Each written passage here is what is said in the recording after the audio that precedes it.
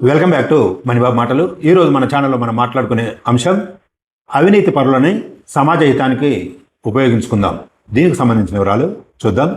అవినీతి నిరోధక శాఖ ఏసీబీ ఆధ్వర్యంలో ఈ మధ్యకాలంలో గత సంవత్సరం 2 సంవత్సరాల నుంచి కూడా విస్తృతంగా దాడులు జరుగుతున్నాయి. పదుల సంఖ్యలో కాదు, వందల సంఖ్యలో కాదు, అంతకంటే మించిపోయి కూడా రెగ్యులర్ వార్త అయిపోయింది. ఇది ఏంటి, ప్రతిరోజు కూడా ఏదో ఒక జిల్లాలో ఎవరో ఒక అధికారి అవినీతి శాఖకు దొరకటం, వారానికి ఒకరు అతిపెద్ద తిమింగలమనో లేకపోతే అతిపెద్ద చేప చిక్కిందనో మనకు పత్రికా ప్రకటనలు వస్తున్నాయి. అయితే ఈ వార్తలన్నీ కూడా ఆ రోజు మాత్రం సంచలనంగా ఉండబోతున్నాయి. మరి తర్వాత ఏమవుతున్నారో అవినీతి అధికారులు, తర్వాత ఏం సంగతి అనేది ఎవరికి సమాచారం ఉండదు. శాఖాపరమైన తనిఖీలు వాళ్ళకి ఏం జరుగుతాయి, అందులో సస్పెండ్ అయిన వాళ్ళు ఎవరు, తిరిగి జాబ్లో మళ్ళీ తిరిగి జాయిన్ అయిన వాళ్ళు ఎవరు, ఆస్తులు జప్తు కాబట్టిన వాళ్ళు ఎవరు అనేది ప్రజలకు సమాచారం లేదు. కాబట్టి ప్రాథమికంగా మనకు ఎవరికి ఎన్ని కోట్ల అవినీతి అనేది మనకు తెలుస్తుంది. కాబట్టి పరోక్షంగా ఇది ఏమవుతుంది అంటే అధికారులలో ఒక కాంపిటీషన్ పెరిగినట్టుగా అవుతుంది. దీన్నే టెంపర్ సినిమాలో చాలా అందంగా చూపెట్టారు. జూనియర్ ఎన్టీఆర్ పాత్ర పూరి జగన్నాథ్ గారు దానికి స్క్రిప్ట్ రాసుకుంటూ ఏమంటారు దాంట్లో అంటే, పేపర్లలో ఇన్ని కోట్ల అవినీతి, అన్ని లక్షల అవినీతి అని చూసినప్పుడల్లా గుండె తరుక్కుపోతుంది. అయ్యో నేను ఇంత అవినీతి చేయనైతేనే, అయ్యో నేను ఇంత సంపాదించనైతేనే అని చెప్పి ఒక సందర్భంలో నెగిటివ్ రోల్లో ఉన్న జూనియర్ ఎన్టీఆర్ పాత్ర మాట్లాడటం జరుగుతుంది. సేమ్ టు సేమ్ అదే విషయంలో ఒక ఎస్ఐ అవినీతిలో దొరికాడన్నా, లేకపోతే ట్రాన్స్పోర్ట్ అధికారి అవినీతిలో దొరికాడన్నా, ఒక ఎక్సైజ్ అధికారి, ఒక సబ్ రిజిస్ట్రార్ అధికారి, ఎవరైనా సరే అవినీతి వార్తలు ఉన్నట్టుంటే వేరే అధికారులు దాన్ని ఒక పాజిటివ్ వార్త లెక్క మాట్లాడుకొని ఇన్ని కోట్లు ఇన్ని లక్షలు మనం సంపాదించుకోవచ్చు అనేటట్లుగానే చూస్తున్నారు, వదిలేస్తున్నారు. కేవలం ఆ కారణంగానే ఎంతమంది అవినీతి అధికారులు చిక్కుతున్నా సరే కొత్త వాళ్ళు మళ్ళీ దొరుకుతున్న పరిస్థితి. అవినీతి వార్తలు ఎంతనైతే సంచలనంగా వస్తున్నాయో, గత సంవత్సరం అంతకుముందు సంవత్సరం పట్టుబడ్డ అధికారులకు ఎలాంటి పనిష్మెంట్లు జరిగాయి, ఎలాంటి ఆస్తులు జప్తులు జరిగాయి అనేది కూడా పత్రికాముఖంగా మనకు వచ్చినప్పుడు వేరే కొత్త నవ యువ అవినీతి అధికారులకు కాస్త వెన్నులో వణుకు పుట్టినట్లుగా ఉండేది. ఎన్నో సినిమాలు, ఎన్నో సందేశాలు సమాజంలో అవినీతి తప్పని వచ్చాయి. ఉదాహరణకు మనం చెప్పుకోవాలనుకుంటే జనతా గ్యారేజ్ అనే సినిమాలో కొరటాల శివ గారు ఒక అద్భుతమైన డైలాగ్ రాశారు. ఏమిటి అంటే, అది ఒక అవినీతి అధికారి లక్షలు కోట్లు సంపాదించినా సరే వాళ్ళ తర్వాత తరం అంటే వాళ్ళ కొడుకు కనుక చెడ్డవాడనుకో ఆ డబ్బు దేనికి సరిపోదు, ఒకవేళ మంచివాడనుకో ఆ డబ్బులతో అసలు అవసరం కూడా లేదు, అట్లాంటప్పుడు ఎందుకు సంపాదిస్తున్నాను అని అంటారు. దాన్ని ఒక ఎంటర్టైన్మెంట్ సినిమాగానే చూశారు చాలామంది తప్ప దానిలో మూలార్థం ఎంత గొప్పది అనేది ఎవరికి అంటే ముఖ్యంగా అవినీతి అధికారులకైతే నరానికి ఎక్కలేదు. అందుకనే ఇన్ని వందల సంఖ్యలలో ప్రతిరోజు అవినీతి వార్తలు పేపర్లకు ఎక్కుతున్నాయి. అవినీతి చేయాలంటేనే అధికారులు భయపడాలి అంటే అవినీతి అధికారుల అక్రమార్జనకు సంబంధించి చాలా సత్వరమైన విచారణ జరగాలి.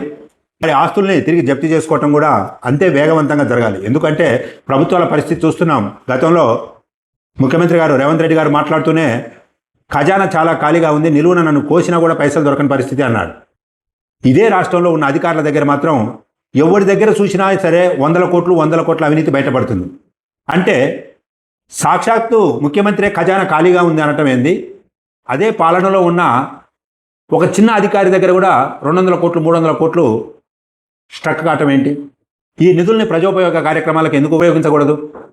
200 కోట్ల అవినీతితోటి ఒక అధికారి దొరికిండు అంటే వారి జీతం ఎంత, వారి మొత్తం సర్వీస్ ఎంత, వారి దగ్గర ఉండాల్సింది ఎంత అనేది ఒక గణాంకం పూర్తి చేసేసి వారి మేరకు వారి డబ్బులు ఉంచేసి, సరే మిగతాది వారి వృద్ధాప్యంలో బతకడం కోసం కొంత పెన్షన్ రూపంలో కూడా సమకూర్చేసి మిగతా డబ్బులను మొత్తం కూడా వైద్యాలయాలు కట్టడానికో, విద్యాలయాలు కట్టడానికో, ప్రాజెక్టులు కట్టడానికో, ప్రజోపయోగ ఏదో ఒక కార్యక్రమాలు కట్టడానికి ఉపయోగిస్తే అవినీతి సొమ్ముకు సక్రమమైన వినియోగం జరిగినట్టు ఉంటుంది.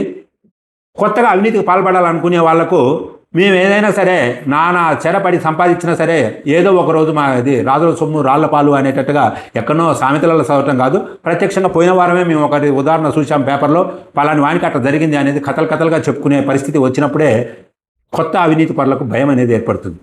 పరిస్థితి ఎలా తయారైంది అంటే, నువ్వు అవినీతి కేసులో చిక్కుకొని ఉద్యోగం పోగొట్టుకున్నావుగా, మళ్ళీ ఎలా ఉద్యోగంలోకి వచ్చావు అంటే మళ్ళీ లంచం ఇచ్చేసే నేను మళ్ళీ అవినీతితోటే ఉద్యోగంలోకి వచ్చినా అనే పరిస్థితి లెక్క ఉంది.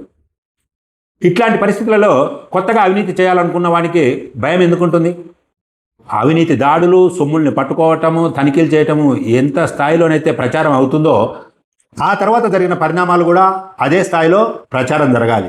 ఒక అధికారి దగ్గర 100 కోట్లు 200 కోట్లు మనకు దొరికినప్పుడు దాంతో ఒక విద్యాలయం కట్టండి, పేదలకు ఉపయోగమైపోయే ఇంకా ఒక కార్యక్రమం హాస్పిటల్ కట్టండి, ఇంకా అవసరమైతే దానికి ఫలాని సొమ్ము నుంచి మేము కట్టామనేది ఒక శిలాఫలకం కూడా వేయండి.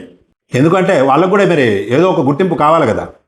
వాళ్ళకు గుర్తింపు, ఎందుకంటే అవినీతి చేసి సంపాదించడం కూడా అదొక కష్టపడటమే. దానికి కొన్ని లాజిక్లు ఉంటాయి, దానికి కొన్ని తెలివితేటలు ఉంటాయి, దానికి నానా చర్యలు ఉంటాయి. వాళ్ళు కష్టపడి అవినీతికి పాల్పడి పోగు చేసిన డబ్బు కాబట్టి వారికి ఆ మేరకు గుర్తింపు ఇచ్చినట్టుగా పలాని సో వ్యక్తి పేరు మీద ఆయా ప్రజోపయోగ సంస్థలను నెలకొల్పండి. వాళ్ళకు పేరు ఇచ్చిన సంతృప్తి ఉంటుంది.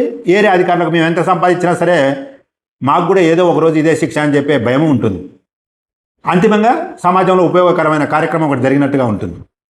కేవలం దాడులు జరుపుకుంటూ అదొక ప్రాసెస్ లెక్క జరుపుకుంటూ పోతుంటే ఏమవుతుంది అంటే ప్రతిరోజు యాక్సిడెంట్ వార్తలు లాగానే ప్రతిరోజు అవినీతి వార్తలు కూడా సర్క్యులేట్ అవుతున్నాయి తప్ప సంబంధిత నెక్స్ట్ ప్రోగ్రెస్ ఏంటి అనేది మనకు ప్రజలకు సమాచారం ఉండటం లేదు. అలా సమాచారం ఉన్న వార్తలతోటి కూడా అవినీతి మారటం లేదు. ఉదాహరణకు మనం చూసుకున్నట్టుంటే గతంలో ఒక రెవెన్యూ డిపార్ట్మెంట్లలో ఒక మహిళా అధికారి అవినీతికి పాల్పడింది. తర్వాత ఆమెను అరెస్ట్ చేసి జైల్లో వేశాక రకరకాల జబ్బులు తీవ్రంగా రావడంతో ఆమె జైల్లో మగ్గింది. ఈ అవమానం భరించలేక బోధనా వృత్తిలో ఉన్న ఆమె భర్త ఆత్మహత్య చేసుకోవడం జరిగింది. తర్వాత కొన్ని రోజులకు ఈమె కూడా చనిపోవడం జరిగింది. అంటే మొత్తం కుటుంబం కూడా ఒక అద్భుతమైన లెక్చరర్ స్థాయిలో ఉన్న భర్త, అద్భుతమైన గెజిటెడ్ పోస్ట్లో ఉన్న భార్య, ఇద్దరు కూడా కేవలం అవినీతి కారణంగా కుటుంబం మొత్తం కూడా విధ్వంసం జరిగింది, కేవలం కరప్షన్ కారణంగా. కానీ అలాంటి వార్తతోటి ఎంతమంది సమాజంలో మారారు? ఒక పుస్తకం మార్చలేకపోతుంది, ఒక సినిమా మార్చలేకపోతుంది, ఒక రియల్ సంఘటన మార్చలేకపోతుంది. ఇలాంటి అవినీతి చీడ రూపుమాపాలంటే ప్రభుత్వం సరికొత్త చట్టాలను తీసుకొని రావాల్సిన అవసరం ఉంది. చాలా ఫాస్ట్ ట్రాక్లో విచారణ పూర్తి చేయటం, అంతే స్పీడ్గా వారికి ఇచ్చేది ఏదో వారికి ఇచ్చేసి వారి ఉద్యోగాన్ని రిమూవల్ చేసేస్తే ఒక వేకెన్సీ అనేది ఏర్పడుతుంది. కొత్తగా చదువుకున్న వాళ్ళకు ఒక అవకాశం, ఉద్యోగం కూడా వస్తుంది. వారి డబ్బుతోటి ప్రజలకు ఒక ఉపయోగకరమైన కార్యక్రమం కూడా పూర్తి అవుతుంది. ఈ ప్రతిపాదన సరే వ్యక్తిగతంగా నా అభిప్రాయంగా చెప్పినప్పటికీ నేను చెప్పిన దానికంటే శాసనాల ద్వారా, చట్టాల ద్వారా అయితేనే దానికి పటిష్టత ఉంటుంది. అలాంటి సంకల్పం అధికారులలో, నాయకులలో కలగాలి అంటే ఈ భావన విస్తరణ కావాల్సిన అవసరం ఉంది. ఈ వీడియో కనుక, ఈ కాన్సెప్ట్ కనుక మీకు నచ్చినట్టుంటే 10 మందికి షేర్ చేస్తూ అందరికీ ఈ సమాచారం, కనీసం ఈ ఆలోచన కలిగేటట్లుగా చేస్తారని ఆశిస్తున్నాను. Thank you for watching. మరో ఆసక్తికరమైన అంశంతో మళ్ళీ మేము ముందుకు వస్తాను.